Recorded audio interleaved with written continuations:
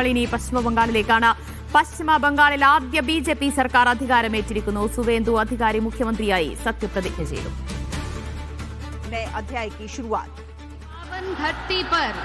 हार्दिक अभिनंदन एवं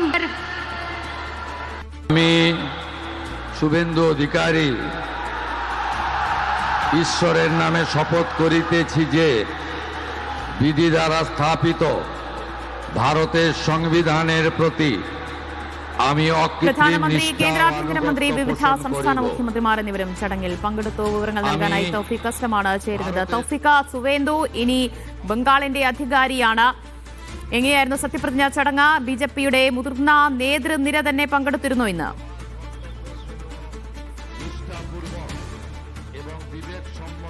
ദിവ്യ, ബംഗാളിലെ ബിജെപിയുടെ ആദ്യ മുഖ്യമന്ത്രിയായിട്ടാണ് സുവേന്ദു അധികാരി അല്പസമയം മുമ്പ് സത്യപ്രതിജ്ഞ ചെയ്ത് അധികാരമേറ്റത്. സുവേന്ദു അധികാരിക്കൊപ്പം 5 മന്ത്രിമാർ കൂടി സത്യപ്രതിജ്ഞ ചെയ്തിട്ടുണ്ട്. ഇവരുടെ വകുപ്പുകൾ പിന്നീട് തീരുമാനിക്കുമെന്നാണ് ബിജെപി നേതൃത്വം ഇപ്പോൾ അറിയിച്ചിരിക്കുന്നത്. ഗവർണർ RV രവിയാണ് ഇവർക്ക് സത്യവാചകം ചൊല്ലിക്കെടുത്തത്. ആയിരങ്ങളെ സാക്ഷിയാക്കിയായിരുന്നു ഈ സത്യപ്രതിജ്ഞ ചടങ്ങ് ബിജെപി കൊൽക്കത്തയിലെ ബ്രിഗേഡ് ഗ്രൗണ്ടിൽ സംഘടിപ്പിച്ചത്. പ്രധാനമന്ത്രി നരേന്ദ്രമോദി, അതോടൊപ്പം തന്നെ പ്രതിരോധ മന്ത്രി രാജ്നാഥ് സിംഗ്, മറ്റു കേന്ദ്രമന്ത്രിമാർ, വിവിധ സംസ്ഥാനങ്ങളിലെ ബിജെപി മുഖ്യമന്ത്രിമാർ ഉൾപ്പെടെ ഈ ചടങ്ങിന്റെ ഭാഗമാകാനായിട്ട് എത്തിയിരുന്നു. UP മുഖ്യമന്ത്രി യോഗി ആദിത്യനാഥ് ഉൾപ്പെടെ ചടങ്ങിന്റെ ഭാഗമാകാനായിട്ട് ബംഗാളിൽ എത്തുകയും ചെയ്തിട്ടുണ്ട്. വിപുലമായിട്ടുള്ളൊരു സത്യപ്രതിജ്ഞാ ചടങ്ങാണ് ബിജെപി അവിടെ സംഘടിപ്പിച്ചിരിക്കുന്നത്. 2 ഉപമുഖ്യമന്ത്രിമാർ ഈ മന്ത്രിസഭയിൽ ഉണ്ടാകുമെന്നാണ് നിലവിൽ ലഭിക്കുന്ന വിവരങ്ങൾ. അതാരൊക്കെയാണ് എന്ന കാര്യത്തിൽ ഇന്നോ നാളെയോ ആയിട്ടൊരു തീരുമാനം ഉണ്ടാകുമെന്നാണ് നിലവിൽ ലഭിക്കുന്ന വിവരങ്ങൾ. ഈ സുവേന്ദു അധികാരിയെ കൂടാതെ അശോക് കീർത്തിയാനിയ, അഗ്നിമിത്ര പോൾ, ദിലീപ് ഘോഷ്, നിസിത് പ്രമാണി, ശുഭ്ദിരം ദുഡു എന്നിവരാണ് സത്യപ്രതിജ്ഞ ചെയ്ത മറ്റ് 5 മന്ത്രിമാർ. ഇവരുടെ വകുപ്പുകൾ ഉൾപ്പെടെ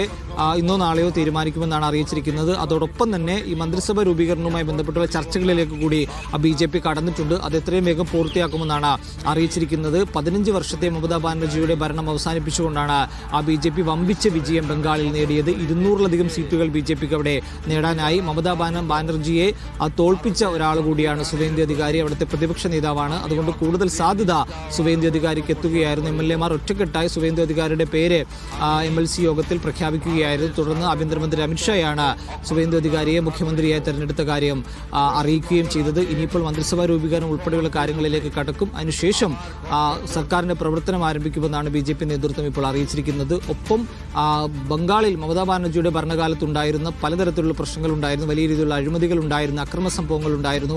ഈ സംഭവങ്ങളിലെല്ലാം ഒരു പുനരന്വേഷണം പുതിയ സർക്കാർ നടത്തുമെന്ന് കൂടി സുവേന്ദു അധികാരി അറിയിച്ചിട്ടുണ്ട്.